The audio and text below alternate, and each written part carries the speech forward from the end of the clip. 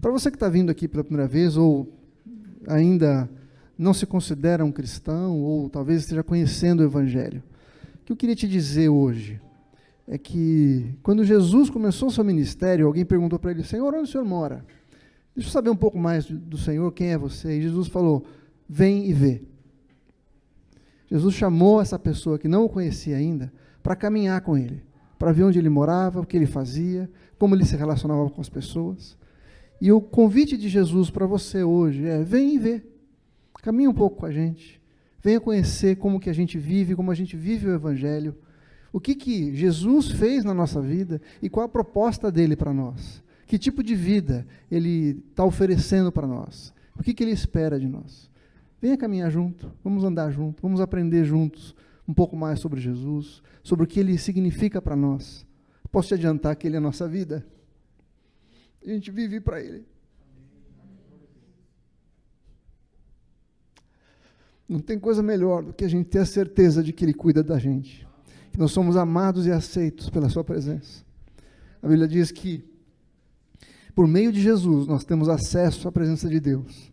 Sabe, gente, desde a antiguidade, desde o primeiro homem, o homem se rebelou e foi contra a vontade de Deus, pecou. Pecar significa não aceitar o senhorio de Deus sobre a nossa vida. Um resumo bem prático. O que é pecar? Pecar é não fazer a vontade de Deus. Pecar é não reconhecer Deus como aquele que é o Todo-Poderoso, o digno de todo louvor e de adoração. Mas Jesus encarnou, o Filho de Deus veio ao mundo, assumiu a forma de homem, viveu a nossa vida, morreu a morte que a gente merecia, para que a gente recebesse aquilo que ele recebeu de graça e de glória. Então venha andar com a gente, venha caminhar conosco, conhecer um pouco mais de Jesus, e abra o seu coração para aquilo que ele vai falar com você, tá bom? Essa é a minha palavra para você hoje. Lá em Êxodo, capítulo 31, queria pedir para você abrir aí, Êxodo 31, a gente vai falar hoje sobre um personagem da Bíblia que é muito, muito pouco conhecido. Talvez você nunca tenha ouvido falar dele. O nome dele é Bezalel. Bezalel.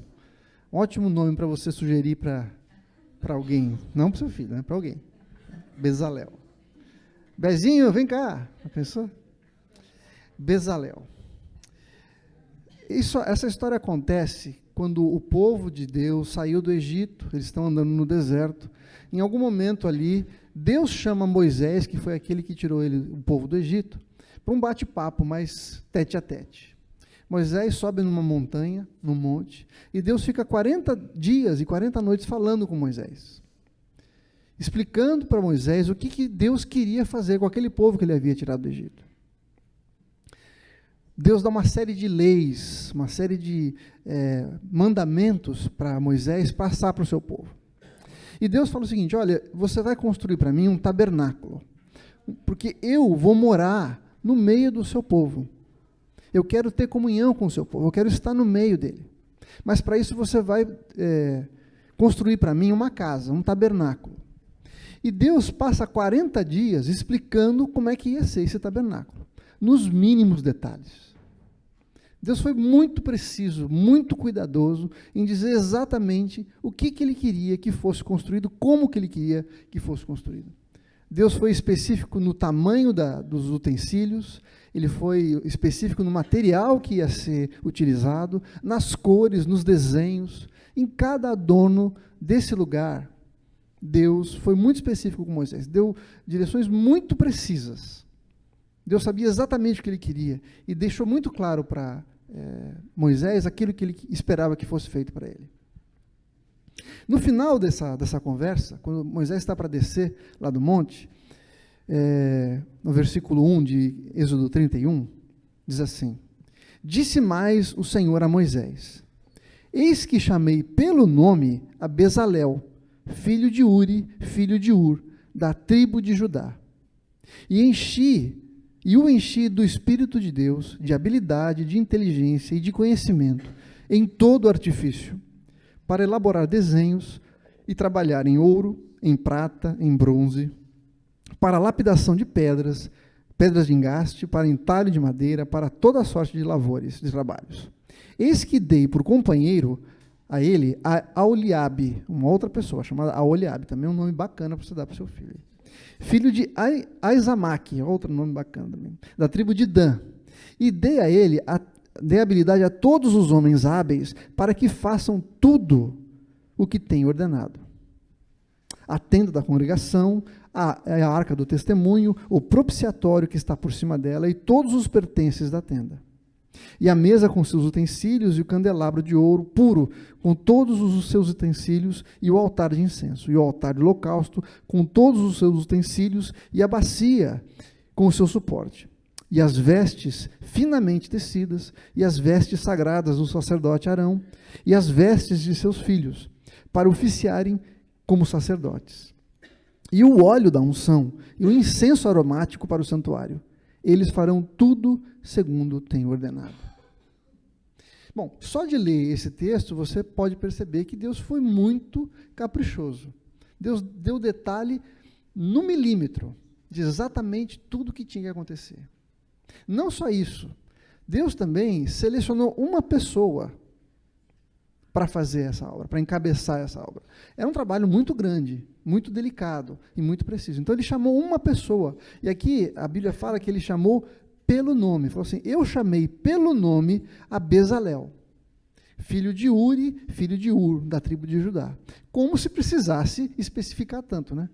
Quantos Bezalés devia ter naquele povo? Talvez só ele mesmo. Mas Deus foi muito específico, dizendo assim, ó, Bezalel, filho de Uri, filho de Ur, da tribo de Judá. Ou seja, eu escolhi uma pessoa a dedo, para fazer essa obra para mim.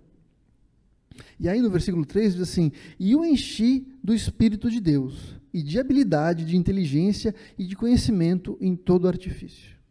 E aqui vale a pena a gente falar um pouquinho. A primeira coisa que ele fala é que ele encheu do Espírito de Deus. Gente, para a gente hoje que vive na era da igreja, depois do Pentecoste, quando Jesus já veio, quando o Espírito Santo desceu, para a gente é uma coisa meio que natural. Pelo menos para aqueles que conhecem um pouco da fé, do Evangelho, sabem que o Espírito Santo habita em nós, dentro de nós. Mas saiba que esta é a primeira menção do Espírito Santo sendo derramado sobre uma pessoa, em toda a Bíblia. E aqui, Deus não escolheu um rei, um profeta, escolheu um artesão.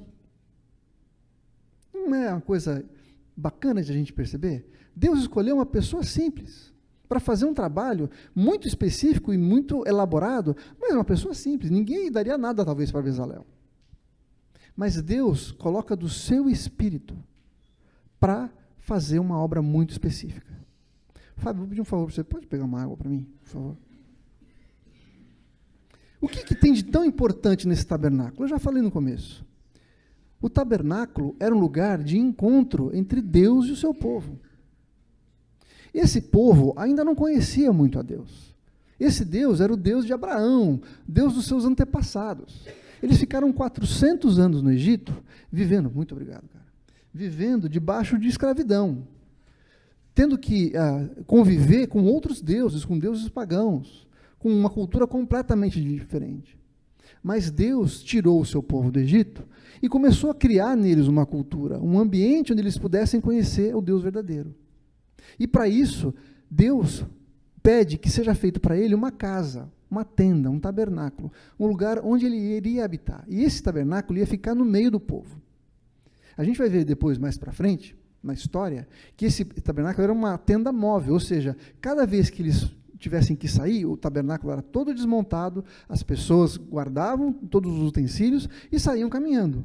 Até que a nuvem de Deus parasse, eles tinham que parar e montar o tabernáculo novamente. A nuvem anda, o tabernáculo desmonta e eles começam a andar de novo. Agora, o interessante é que todo o povo ficava acampado ao redor desse lugar, desse tabernáculo. Isso quer dizer o seguinte, que Deus queria estar no meio do seu povo. E isso é uma dica muito importante para a gente.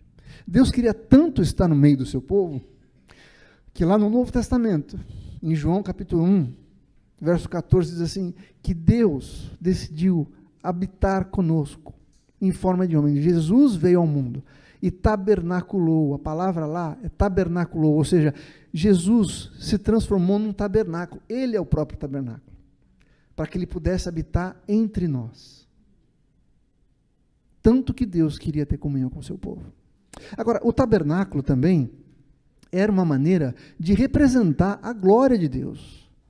Um Deus todo-poderoso que havia tirado aquele povo com uma mão forte de dentro do Egito, precisava mostrar para as nações e para todo o povo o seu poder e a sua grandeza. E isso ele faz construindo esse tabernáculo com detalhes específicos, com pedras preciosas, com ouro, com metais preciosos, ou seja, quem entrava no tabernáculo iria ver a glória de Deus, a majestade de Deus, o poder de Deus. Deus, então, escolhe uma pessoa para que pudesse construir um lugar onde a presença de Deus fosse representada. Dá para entender um pouquinho? E isso se reporta, a gente vai ver já, para o Novo Testamento, para nós. Por que a gente vai falar sobre Bezalel? Só porque é um cara diferente, que a gente nunca viu? Não, tem uma coisa muito importante que a gente vai ver. Algumas lições muito importantes que a gente vai aprender estudando sobre Bezalel. A primeira que a gente viu é que ele foi cheio do Espírito Santo. Ou seja, para fazer a obra de Deus, nós precisamos ser cheios do Espírito Santo. E receber dele uma habilidade sobrenatural para fazer alguma coisa. Ele diz lá no versículo 3, que ele encheu do Espírito de Deus e de habilidade, de inteligência e de conhecimento em todo o artifício. Ou seja, Deus capacitou aquele homem para uma obra muito grande. Deus deu todas as ferramentas e as condições para que ele pudesse cumprir esse propósito. Deu habilidade, deu inteligência, deu conhecimento. Agora, esse homem era um homem que já era um artesão. Ele já conhecia do artifício da sua obra, ele sabia como fazer. Agora, vamos pensar um pouquinho, e isso é importante quando a gente estuda a Bíblia, é tirar um pouco os olhos, sair um pouco, sabe? Ver a grande figura, ver o todo do que a gente está vendo. Imagina o seguinte, esse povo tinha acabado de sair do Egito. Aonde você acha que Bezalel aprendeu o seu ofício? Ele provavelmente era um escravo, trabalhando lá no Egito, fazendo obras como é que chama a palavra? Fazendo imagens, né? Para deuses pagãos. Ele aprendeu o seu ofício enquanto estava trabalhando como escravo. E isso é uma coisa importante para a gente se lembrar e entender. Talvez hoje você esteja vivendo um momento em que você se sente meio que escravo, meio que abatido, você não entende muito bem por que você está trabalhando com isso, por que você está fazendo tal coisa, por que você está vivendo tal situação, por que está tão difícil passar por esse momento, por que Deus me colocou nessa posição? E Deus tem um propósito. A palavra de Deus diz lá em Romanos capítulo 8, que todas as coisas contribuem para o bem daqueles que amam a Deus. E quando a gente lê esse texto, a gente fica achando que todas as coisas, no final das contas, vão dar certo para a gente, não é isso que você pensa?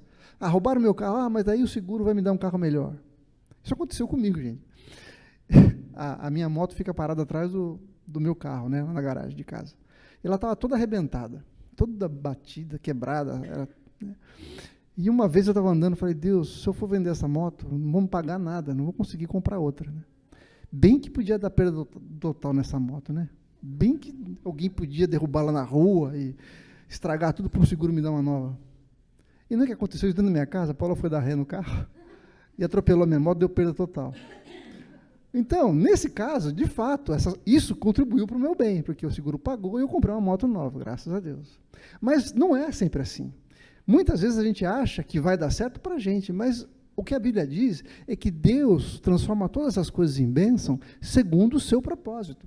Deus tem um propósito muito maior do que trocar o seu carro, ou te dar uma casa nova, ou te dar um emprego melhor. Quantas vezes a gente vê uma porta se fechando e a gente fala assim, mas Deus vai abrir uma porta melhor. Eu creio nisso, é verdade. Mas nem sempre é isso que Deus está planejando. A gente tem que estar atento a isso. Nesse caso de Bezalel, ele estava trabalhando no Egito, ralando lá como escravo, para aprender um ofício que ia ser utilizado por Deus lá na frente. Então, esse momento que você está vivendo, talvez de luta, de estar trabalhando num lugar onde você não gosta ainda, ou está passando por uma situação difícil que você não entende o motivo, Agradeça a Deus, seja grato ao Senhor, porque isso é uma preparação para aquilo que Deus quer fazer na sua vida e através da sua vida. Deus está sempre nos preparando. O propósito dele é sempre nos tornar mais parecidos com Jesus. Muitas vezes, a bênção, a prosperidade e as coisas boas que acontecem na vida da gente acabam nos afastando de Deus. E isso não é o propósito de Deus. O propósito de Deus é nos trazer para perto dele. Então, muitas vezes, Deus vai permitir que coisas aconteçam para que a gente possa ser atraído para o Senhor. Dá para entender? Então, nesse texto, a gente vê exatamente isso, que Bezalel estava trabalhando como escravo, numa coisa que talvez ele não gostasse, numa coisa que ele talvez se sentisse humilhado, ou... Gente, ninguém quer ser escravo, né? Mas que Deus usou lá na frente e capacitou, através do poder do seu Espírito, para que ele fizesse algo muito grande e muito poderoso. Deus capacita a gente para fazer aquilo que ele nos chamou para fazer. É isso que esse texto está ensinando. Deus escolheu um homem simples, que tinha uma atividade simples, para demonstrar a sua glória, para manifestar a glória do Senhor. E isso serve para cada um de nós. Deus nos chamou para usar as nossas habilidades, os nossos recursos, para mostrar a glória do Senhor. Para mostrar para as pessoas quem é o nosso Deus. Não tem ninguém que é simples demais, ou que sabe tão pouco que não possa mostrar a glória de Deus. Cada um de nós fomos chamados para uma atividade específica. Sabe, gente, eu como pastor vou alcançar um grupo de pessoas. Agora, tem pessoas que eu jamais vou ter acesso, que só você vai ter acesso. Já pensou nisso? Tem pessoas com quem eu não vou ter a possibilidade de conversar e de falar do amor de Deus, mas você tem. Lá no seu trabalho, lá na sua escola, na sua família. Talvez eu nunca consiga chegar na pessoa com quem você trabalha, mas você pode falar do amor de Deus. Você pode ser alguém que constrói uma casa ambulante como era o tabernáculo, onde a presença do Senhor se manifesta.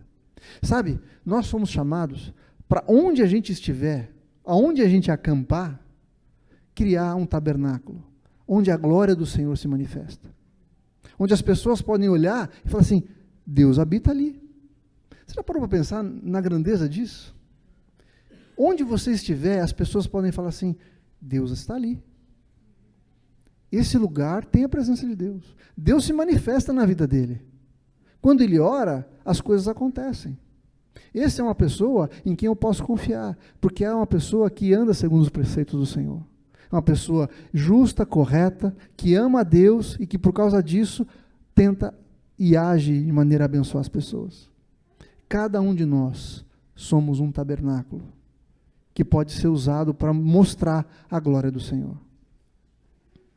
Então, a primeira coisa que eu queria dizer é que cada um de nós foi chamado, recebeu habilidades, capacitações, dons e talentos para manifestar a glória do Senhor, aonde quer que a gente esteja. Construir um tabernáculo, um lugar onde a presença do Senhor habita e transborda e alcança as pessoas. A segunda coisa é que a gente não faz isso sozinho. Deus, quando chamou Bezalel, já falou assim, chamei Bezalel, mas tem um cara que vai ficar com ele, Aholiabe. Esse aí vai trabalhar junto com ele. Gente, a obra do Senhor a gente não faz sozinho. A gente não caminha a caminhada com Jesus sozinho. Por isso que a gente está aqui. Por isso que a gente tem um ao outro. Foi ontem que a gente conversou, Fábio? Foi na sexta? Foi ontem, né? A gente estava conversando e colocando as nossas dificuldades, as durezas da vida, as dificuldades da semana. Pudemos orar um pelo outro. Ninguém é super-herói. Mas quando a gente pode se abrir um com o outro e ouvir aquilo que Deus está fazendo, olha, Deus fez isso na minha vida, vai fazer na sua também. Olha, eu estou passando por essa situação, eu vou orar por você, e Deus vai te dar livramento. Sabe, gente, a vida cristã, a vida com Jesus, a gente não caminha sozinho, a gente caminha em comunidade. É isso aqui, ó. E não é só você sentado aí me ouvindo falar. A gente tem que extrapolar isso. Por isso que é tão importante quando a gente se encontra fora desse lugar, quando a gente tem a oportunidade de conversar, de orar uns pelos outros, de bater papo, de contar aquilo que Deus está fazendo, contar sobre as nossas dificuldades, sobre as nossas lutas, e termos uns aos outros para sermos encorajados. A gente não pode e não precisa andar sozinho. Deus levantou pessoas tão hábeis quanto, tão capacitadas quanto, para andarem com a gente, para nos ajudarem na caminhada, para juntos fazermos a obra do Senhor, construirmos um lugar onde a glória do Senhor se manifeste. Amém? Uma outra coisa que é importante ver, que se a gente caminhar um pouquinho mais, a gente vai ver o seguinte, lá em Êxodo 35, um pouquinho para frente, né? No versículo 25 ao 30, diz assim: todas as mulheres hábeis traziam o que, por suas próprias mãos, tinham fiado, estofa azul, púrpura, carmesim e linho fino. E todas as mulheres cujo coração as moveu em habilidade fiavam os pelos de cabras.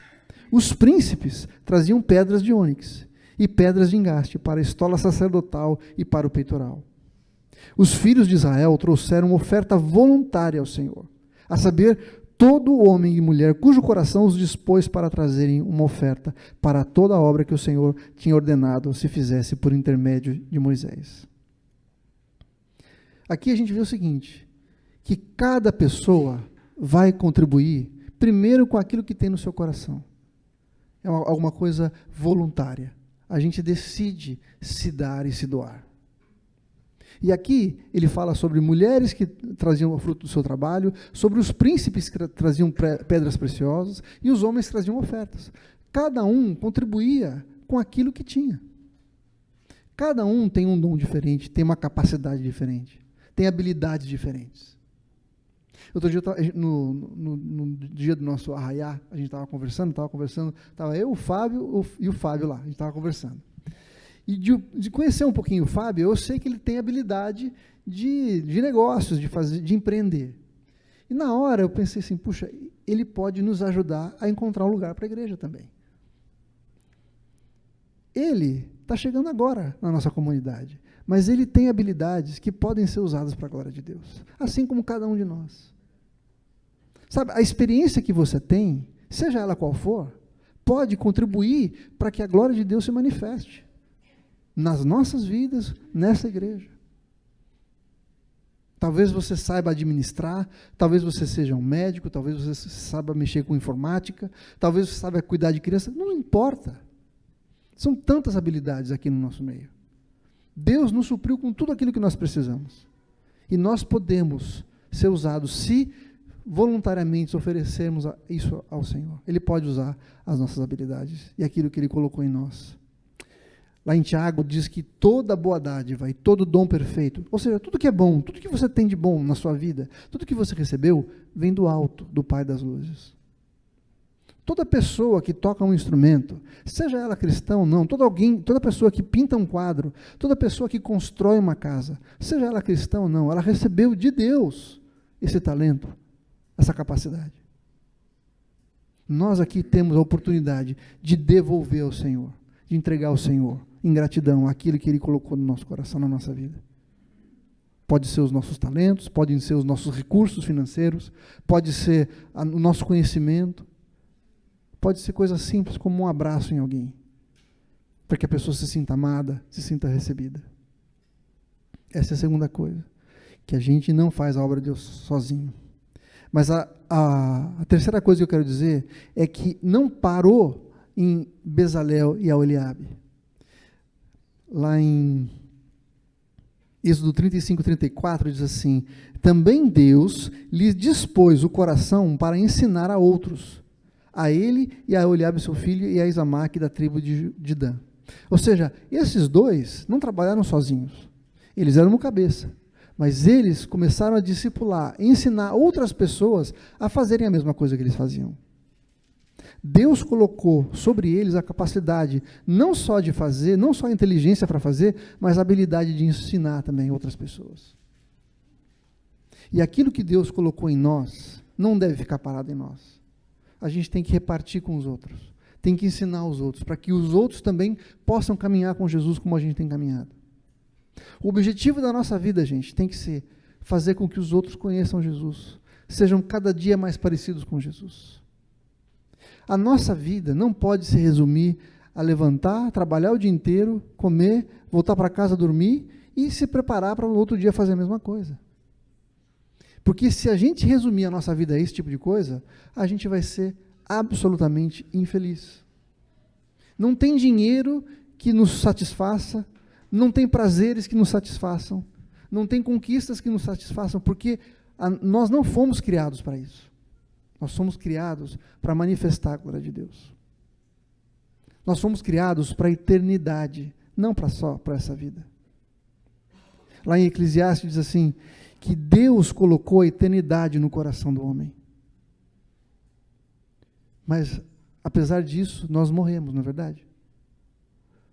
E quando a gente morre, a gente vai ser esquecido. Talvez você não seja esquecido pelos seus filhos ou pelos seus netos, mas quem lembra o nome aí do seu tataravô?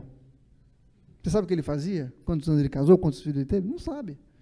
É da sua família. Mas 2, 3, 4 gerações para trás, as pessoas são absolutamente esquecidas. Então, se a gente focar a nossa vida nessa vida que a gente tem aqui, se a gente não olhar para a eternidade, a gente vai ficar absolutamente frustrado com a nossa vida. Não tem como a gente se satisfazer só com essa vida. Por isso que eles foram ensinados a ensinar outros e fazer de outros discípulos também, que aprendessem e pudessem manifestar a glória do Senhor. Agora, o que tudo isso tem a ver com a gente, né? A gente pode pincelar alguns princípios, alguns exemplos desses dois homens, mas, na verdade, a gente tem que olhar para aquilo que aconteceu depois de Jesus.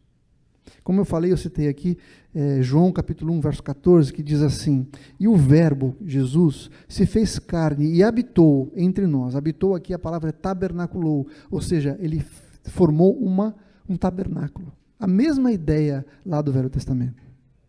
E habitou entre nós, cheio de graça e de verdade, e vimos a sua glória, como a glória do unigênito do Pai. Nós somos esses tabernáculos, que podem ser cheios de graça e manifestar a glória do Senhor. As pessoas podem olhar para a gente e ver a glória de Deus, não por nós, mas por aquilo que habita em nós, o seu Espírito Santo. 1 Pedro 2,5 diz assim, também vós mesmos, como pedras que vivem, sois edificados casa espiritual para seres sacerdócio santo, a fim de oferecer sacrifícios espirituais e agradáveis a Deus por intermédio de Jesus Cristo. Nós somos pedras que formamos juntos um edifício, a mesma ideia do tabernáculo, aonde Deus habita. Percebe? Aqui é o lugar onde Deus habita. Construído através de pedras que são colocadas umas sobre as outras. Nós somos pedras, gente. E muitas vezes, as pedras não são perfeitinhas, elas têm disformidades.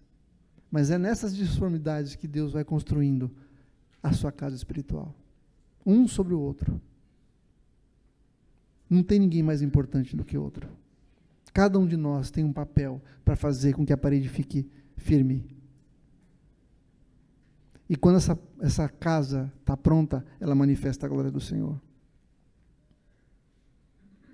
E eu vejo o propósito de Deus nessa casa. Lá em 1 Pedro 2,9, que é a continuação desse texto que eu acabei de ler, diz assim, vós, porém, sois raça eleita, sacerdócio real, nação santa, povo de propriedade exclusiva de Deus. Nós somos comprados, eleitos, selecionados por Deus. Propriedade exclusiva de Deus. E aí ele diz, qual o propósito disso? A fim de proclamardes as virtudes daquele que vos chamou das trevas para a sua maravilhosa luz. Deus nos fez uma casa espiritual com um propósito, de manifestarmos ou proclamarmos as virtudes de Deus, daquele que nos tirou das trevas para a sua maravilhosa luz. Cada um de nós tem uma história com Deus. Cada um de nós foi tirado de um lugar e trazido para perto do Senhor. E essa história que nós temos precisa ser contada, nós precisamos proclamar. As pessoas precisam conhecer aquilo que o Senhor fez na nossa vida. Porque as pessoas estão carentes, estão sedentas, estão famintas, precisando de alguém que as alimente com a presença do Senhor, que mostre o amor de Deus. E nós, como igreja, temos esse papel. Nós não nos reunimos aqui, gente, uma vez por semana, porque é legal, porque é gostoso estar junto, cantar junto, falar junto, ouvir uma palavra, que você vai sair daqui, puxa, hoje eu fui abençoado, eu estou alegre, estou animado para a semana. Não é para isso que a gente se reúne. A gente se reúne, em última instância, para falar bem de Deus. E para a gente poder falar bem de Deus, a gente tem que estar atento àquilo que Ele está fazendo na nossa vida. O que acontece aqui no domingo é resultado e é fruto daquilo que a gente tem construído durante a semana. Muitas vezes a gente fala assim, mas eu oro e Deus não fala comigo, eu estou orando e nada acontece, ou eu chego na igreja e não sinto nada. Deixa eu te falar uma coisa. A gente vive numa era que a gente não consegue esperar 30 segundos por alguma coisa, não é verdade? Cada dia a internet tem que ser mais rápida, não é isso? Quem é do tempo de internet de escada lembra que a velocidade era cruel. Para você receber um e-mail só com texto era um transtorno. Para abrir uma página era uma loucura. Hoje a gente tem velocidades de 500 mega e ainda acha lento. E a gente tem que transferir isso para o nosso relacionamento com Deus. A gente não pode esquecer o seguinte, que relacionamento com Deus é um relacionamento. Você que é casado tem a mesma intimidade com a sua esposa hoje que você tinha quando a conheceu? Não. Hoje é muito mais profundo. Por quê? O que mudou? Tempo. Você gasta tempo com essa pessoa. Não dá para a gente querer conhecer a Deus, o Ser Supremo, o Deus do Universo, o Deus Todo-Poderoso que não pode ser contido na Terra, em 5 minutos de oração uma vez por semana, gente. Se a gente não gastar tempo ouvindo a voz do Senhor, ouvindo a sua palavra, orando, insistindo com o Senhor, todos os dias, a gente não vai conseguir experimentar esse tipo de relacionamento. Relacionamento é uma construção que precisa ser feita todos os dias. Não é verdade? Não é assim com os nossos relacionamentos? Por mais que você ame alguém, se você fica muito tempo sem estar com essa pessoa, o que acontece? O relacionamento esfria. A gente precisa investir nos nossos relacionamentos. Então o Senhor está nos chamando para ter uma vida de relacionamento com Ele, de forma que a nossa história possa ser conhecida pelas outras pessoas. E a gente possa mostrar o amor de Deus, aquilo que o Senhor está fazendo na nossa vida. Eu quero ler mais 2 textos para vocês. 1 Coríntios 3,16 diz assim, não sabeis que sois santuários de Deus e que o Espírito de Deus habita em vós? Gente, como eu falei, Bezalel é o primeiro relato de alguém recebendo o Espírito de Deus. Mas o Espírito de Deus, no Velho Testamento, acontecia raríssimas vezes. Ele estava sobre reis, enquanto eram reis, sobre os profetas, mas não, tanto que Davi falava assim, Senhor, não tires de mim o teu Espírito. Quando ele pecou, ele falou assim, não tira de mim o teu Espírito. Ele ficou desesperado. O Espírito de Deus habita em nós o tempo todo, ele está dentro de você, ele fala com você. Porque nós somos o santuário, nós somos o tabernáculo de Deus para a nossa vida, no Senhor. 1 Coríntios 3,9 diz assim, porque nós somos cooperadores de Deus, lavouras de Deus, edifício de Deus somos nós. O Senhor nos fez receptáculo da sua habitação, Ele habita dentro da gente. E por causa disso, Ele nos deu dons, talentos e habilidades espirituais, sobrenaturais, para fazermos e sermos diferença. Você pode falar assim, mas eu não tenho capacidade, eu não sei falar, eu tenho vergonha, eu fico com medo. O Senhor nos capacita. É o poder do seu Espírito dentro da gente. O poder do seu Espírito dentro da gente nos ajuda a caminhar, a fazer diferença, a fazer diferente também. A gente não precisa ter medo. A gente precisa ter passos de fé, pequenos passos de fé, todos os dias. Quando a gente vai aprendendo a ouvir a voz do Senhor e fazer a sua vontade. E vendo o resultado do poder de Deus na nossa vida todos os dias. Você pode orar por alguém e essa pessoa ser curada. Você pode orar por uma situação e aquela situação ser transformada. Não precisa ser o pastor. Cada um de nós tem o Espírito de Deus dentro da gente.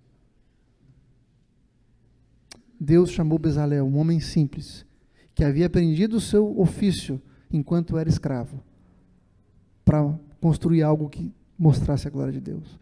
E o Senhor quer fazer isso na vida de cada um de nós aqui, individualmente e como igreja. Não importa de onde você veio, de onde o Senhor te tirou. Não importam as habilidades que Ele colocou na sua vida, muito menos a maneira como você as aprendeu. Deus quer te capacitar sobrenaturalmente, com o poder do seu Espírito, para fazer diferença, para que a gente possa juntos construir um lugar onde a glória de Deus se manifeste, a presença do Senhor se manifeste. E a Bíblia diz que aonde está o Espírito de Deus, aí é liberdade. Deus quer se manifestar aqui no nosso meio, através de mim e através de você, com aquilo que o Senhor colocou na sua vida. Basta que a gente creia, basta que a gente não ande sozinho. Lembra? Deus levantou uma pessoa para estar junto com Ele. E eles juntos ensinaram a outros. Esse é o Evangelho, gente. O Senhor nos chamou para andarmos juntos e ensinarmos outros aquilo que o Senhor fez na nossa vida. Vamos fazer isso? Feche seus olhos, vamos orar.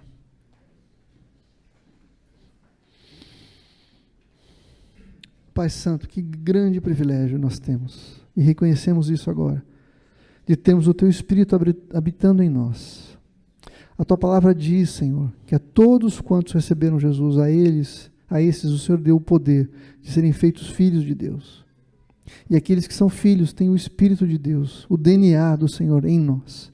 Muito obrigado, porque é o Senhor quem nos capacita. Nós te louvamos, Senhor, porque toda a nossa história foi redimida pelo Senhor. Tudo que fizemos e aprendemos serve hoje para manifestar a Tua glória. À medida que andamos, Senhor, exalamos o bom perfume de Jesus. Mostramos para as pessoas as maravilhas daquele que nos tirou das trevas para a sua luz. Deus, muitos de nós aqui estamos cansados, abatidos, oprimidos, sem esperança. Mas queremos, Senhor, hoje sermos renovados pela verdade do Teu Espírito Santo dentro de nós. É o poder do Senhor dentro de nós. É a presença do Senhor se manifestando em nós e através de nós. Eu peço, Senhor, que o Senhor quebre agora toda a cadeia, que o Senhor quebre todo o impedimento, que o Senhor desfaça, Senhor, tudo aquilo que tem nos impedido, Senhor, de manifestar a Tua glória. Senhor, e se há alguém aqui que precisa ter um encontro pessoal com o Senhor, que precisa Te conhecer, que precisa deixar o Teu Espírito agir na sua vida de maneira poderosa, precisa reconhecer Jesus como o Senhor e Salvador da sua vida, eu peço que o Senhor se manifeste, que o Senhor convença, Deus. Não sou eu quem convence, mas é o Teu próprio Espírito. Obrigado, Senhor, porque o convite é feito a todo aquele que crê. Não aqueles que merecem, não aqueles que são bonzinhos, não aqueles que fizeram por merecer, mas é pela Tua graça. Muito obrigado, Senhor, pela Tua graça que alcançou cada um de nós.